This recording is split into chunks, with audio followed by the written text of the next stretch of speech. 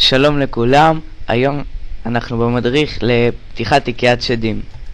אז מה זה תיקיית שדים? זה תיקייה שבעצם לא רואים אותה. אז קודם כל נפתח תיקייה חדשה, נעשה מאפיינים, ואז התאמה אישית, שינוי סמל, ונבחר את הסמל הלבן בדיוק כזה, ואז נלחץ אישור, ושוב פעם אישור. עכשיו שאין לנו את הסמל, אנחנו כבר רואים את השינוי הטוב שיש לנו בתיקייה. עכשיו נלחץ מאפיינים שוב, כדי שלא יהיה את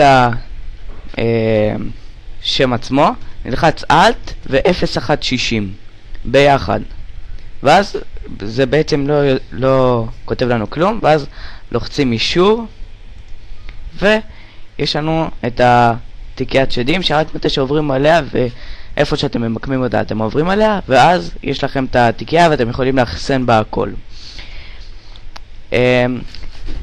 יום טוב ותודה. שלום לכולם, היום אנחנו במדריך לפתיחת תיקיית שדים. אז מה זה תיקיית שדים? זה תיקייה שבעצם לא רואים אותה. אז קודם כל נפתח תיקייה חדשה, נעשה מאפיינים, ואז התאמה אישית, שינוי סמל, ונבחר את הסמל הלבן בדיוק כזה, ואז נלחץ אישור, ושוב פעם אישור. עכשיו שאין לנו את הסמל, אנחנו כבר רואים את השינוי הטוב שיש לנו בתיקייה. עכשיו נלחץ מאפיינים שוב, כדי שלא יהיה את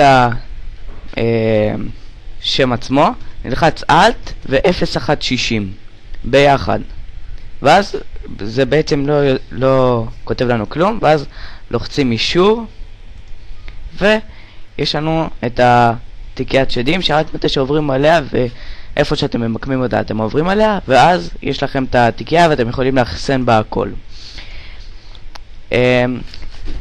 יום טוב ותודה.